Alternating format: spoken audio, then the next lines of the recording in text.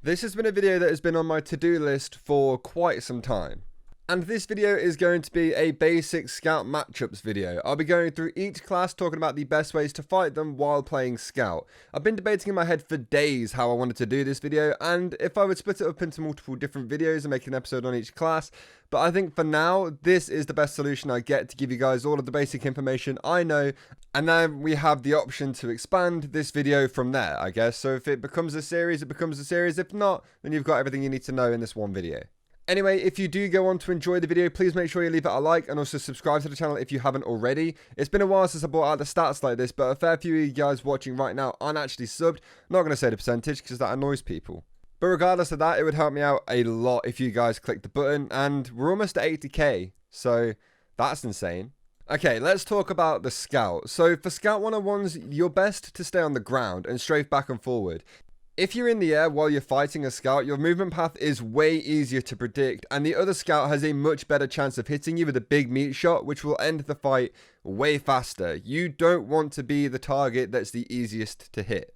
The goal is not to flick to the enemy scout, but wait until you strafe past him and then shoot. If you flick too much, you'll end up most likely missing your shot, throwing your aim off for the next shot on the fight, and then probably losing after that. I have a really bad habit of flick aiming, but that's because I play CS and my sensitivity is really low. I don't think low sense is good for flicking, but yeah, I flick. It's a bad habit. I need to try and get out of it, but yeah, generally, if you're new to the game, learn to just aim with strafing and stuff like that. It's way better.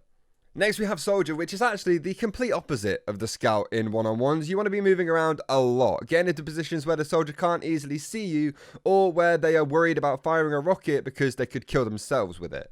Unless the Soldier is really, really good and hits a nice or lucky air shot, you should have no problems jumping around him while firing shots off at him when you can. I personally like to do as much damage as possible, as fast as possible, but in most situations, taking a little bit longer to finish the fight and surviving with an extra jump is much better than dying and getting the kill anyway. So you may as well wait an extra second and survive so you can try and get more kills. Again, that is something that I personally am not very good at, but I need to learn how to do. So while you're fighting the pyro, you're going to want to keep your distance. The scatter gun does a decent amount of damage from just outside the flamethrower's range, and if that's not enough for you, use the pistol. You'd easily be able to spray them down with a pistol, and they won't be able to get you unless they swap to a shotgun or something. But how many pyros do you see do that? The pyro can be a super annoying class to play against, so keeping your distance and shooting from afar should mean you spend less time running to and from health packs trying to recover from the burn damage you've probably just taken, because the flamethrower shoots way further than it looks like it does. When I used to play Demo Man, the fights against the scouts were always the hardest, so moving around as the scout is your best weapon against demos. They will most likely try flicking to you and hit their pipe grenades, but as long as you keep moving and being unpredictable, it's going to be hard for the Demo Man to keep up with you, or ever be able to try and line up a good shot or hit you or see anything that you're doing. I feel like mobility is becoming a very common theme with a lot of these classes, and it makes sense. The scout is basically the mobility class.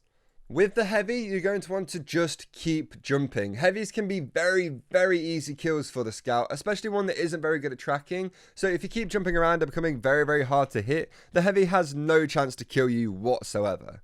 A couple big meat shots while jumping around, and you've just taken out a big potential threat to your team with very little effort. So with the heavies, just make sure you stay on the move, and jumping actually over their heads so you're behind them makes it even more difficult for them to whip around and hit you, because they'll aim upwards, and then it's really hard then to go from aiming upwards to spinning around and going back down to hit you. So try and do that.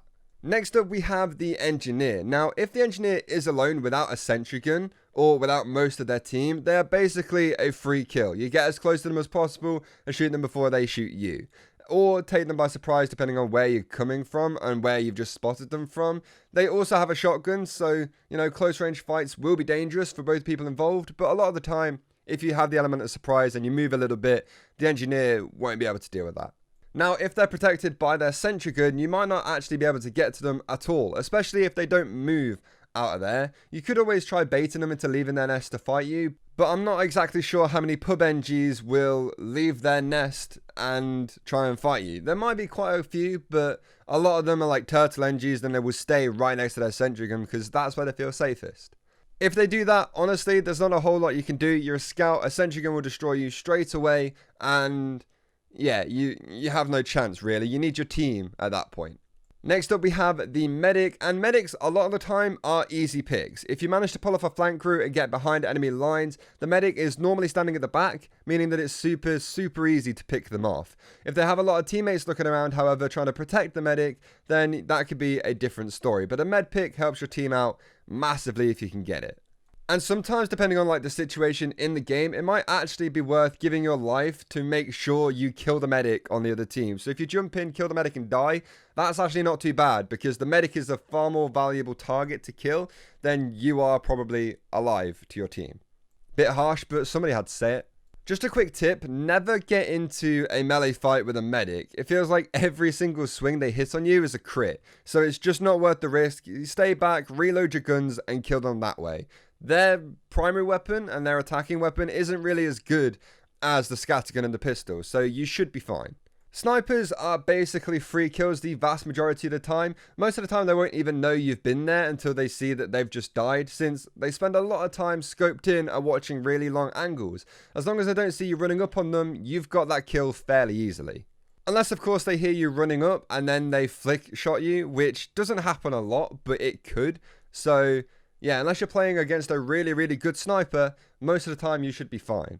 It is hard to lose a sniper fight, even if they do notice you and start fighting back. Again, just use your mobility to make tracking you with an already fairly inaccurate SMG even harder.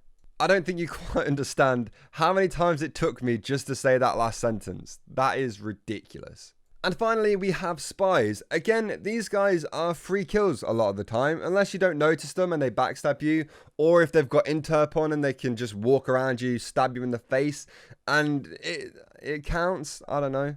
I feel like jumping around the whole time while actually looking at them is the best way to deal with them. If they can't get to your back, they can't kill you instantly. Unless, again, the game just messes up, they stab your front, counts as a backstab, or they're still on your screen, counts as a backstab. I don't really understand how it works a lot of the time, but yeah, whatever.